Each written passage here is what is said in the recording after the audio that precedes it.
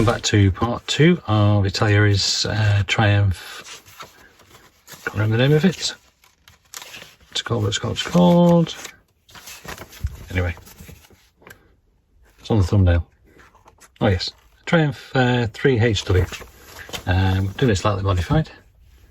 So in this part, we're moving on to doing the fuel tank.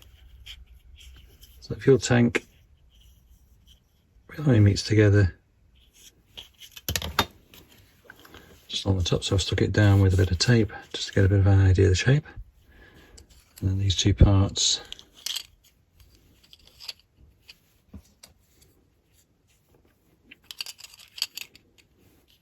fit in, well, making a groove, and that sits over the top.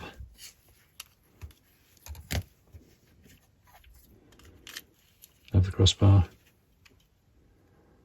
like so. So I'll get that glued together. These two parts, two ridges, sit either side of these square blocks, sort of hold it in place. And then there's a couple of little, 4 little squares that fit in these little gaps. And these have holes in which have a couple of brackets to hold them on, and there's a tube that runs underneath, and there's a cap that goes on a different part of the engine, so I thought I'd do it in this part.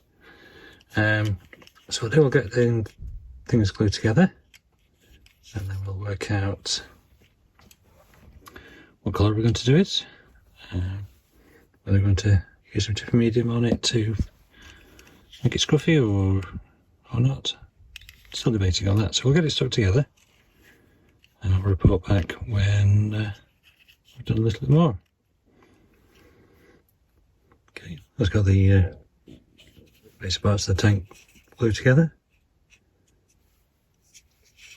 I ended up a little bit more rigid than it first looked, so we're going to let that have a good try, and then we'll clean up the top. Get rid of that seam, and then, as I say, I'll have a think about what colour I'm going to do it and how weathered I want it to be. I mean, the rest of the kit's not too badly weathered at the moment. I might do some wood splattering and things on it later, see how the mood takes. But anyway, that's where we are with the fuel tank. And so we'll let that dry and come back when we've cleaned it up, and then we'll do some priming. Okay, see you in the next bit. Okay, I've done a bit of priming, so I've subbed out the seawall, most of it anyway, so a little bit at the bottom and the top. They needed a little bit of light filling, so I've used the surface of 500. So I'll let that dry, shouldn't take too long, and we'll give it a light sand down to see how it goes. I have to pop a little bit more in. First time I've used Mr. Surfacer for a filler anyway, so I've got the 500. For that. I've used the primer a couple of times before. So anyway, we'll come back when we've done that bit of sanding, and we'll get things painted up. Everything else seems to have come out okay with just the ordinary ordinary primer, which is UMP's grey. It shows on the camera, but I'd say it needs a little bit of a tidy up around the edges, so we'll get that sorted out. Okay, come back, we've got something else to show. What do we say? Okay, so that's got the seam all sorted out. So what I'm doing now is spray with just a flat aluminium XF16, and then when it's dried we'll give it another, we'll give the like the brackets and things a coating of the Starship filth. I haven't quite decided whether I'm going to do this a colour or not. Anyway, I'm going to paint it the aluminium first, then we might do colour with some chipping fluid. Still thinking about that, but anyway, we'll get it all sprayed up with aluminium, and then get these bits weathered. This is going to paint with the copper for the piping. So yeah, a few bits and pieces to do. So we'll get them sprayed up and we'll come back. Maybe by then I've worked out what I'm going to do with the tank. Okay, so I've decided what to do with the tank. So give it a spray with some chipping medium and just letting that dry. And then spray it with flat red. The idea behind that is hopefully it'll give you a bit of an older look, and basically painted the tank aluminium and then gave it a wipe over with the Starship filth, the same we've done with the other bits. So when the aluminium that is exposed should look a bit weathered as well. So we'll let that dry. Give it a coat of the flat red, and then we'll hopefully do a bit of chipping. Okay, back when it's dried.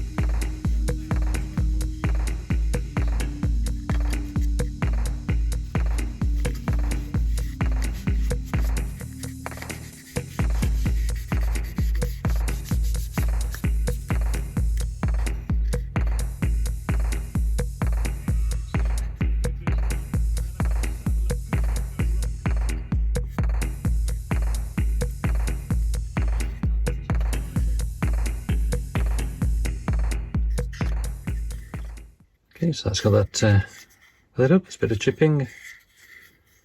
Expose the aluminium underneath. And we've been rubbing it with the brush we saw in the previous bit. It's sort of toned it down a bit. And we've done a little bit of filing with this part just to smooth it off and just to lighten the top a bit. So it looks a bit weathered rather than just a flat colour. Okay, so what we'll do next is pitch it up to the frame and put these little bits, connectors and things on it. So we'll have a look at how easy that is. Okay, just pause there for a sec and we'll come back with fitting that. Okay, so I'll blob the glue on there.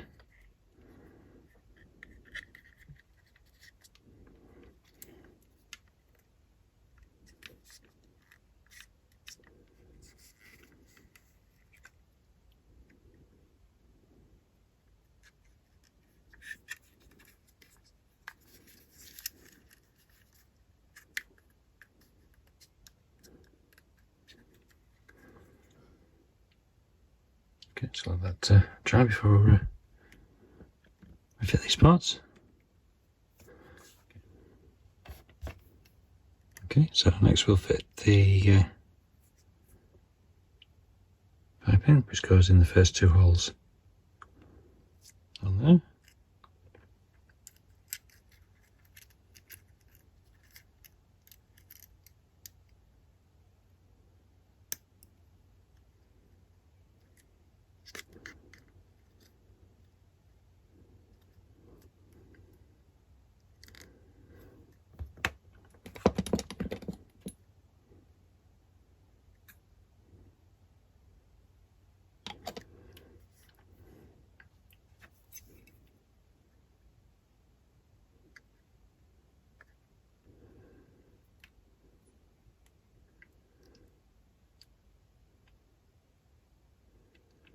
There we go.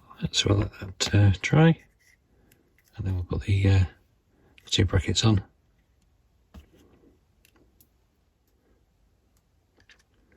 Okay, so that's got the brackets fitted in. I was filming them, but then I snapped off these 2 wires from the top of the carburetor, which I wasn't too pleased about. So made it unbroadcastable. So anyway, I've got to work out how to fix those back on. But anyway, that's the tank on. And I'll come back when I've worked out what to do with those. Put a bit of CA glue and sticking them on. So anyway, that's the tank on. It's a bit more like a bike.